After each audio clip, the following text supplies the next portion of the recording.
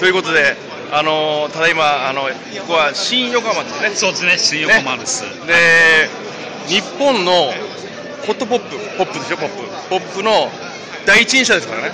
山口先生です。そうです。山口です。ね。何やってんのここで。まあ2人で飲んだくれてるわけじゃないんだけども、ね。合同新春セミナー合宿交換会ってありましてね。そうです。ね。スーパーマーケット業界の水本先生が主催してやってるんですけども、ね。そうです。そうですね。そうです。なんか一言バンって言ってくださいよ。もうね、日本のみんなに。そう。これからはフォトポップの時代で、実は3年連続優秀賞を取っている里亀。来年はもう絶対大賞です。間違いないです。はい。これさ、今来年は絶対大賞だって言ったけどさ、これ言っちゃったってことは間違いなく来年入れないでしょこれ。ただ分かってないな先生はね。さよなら。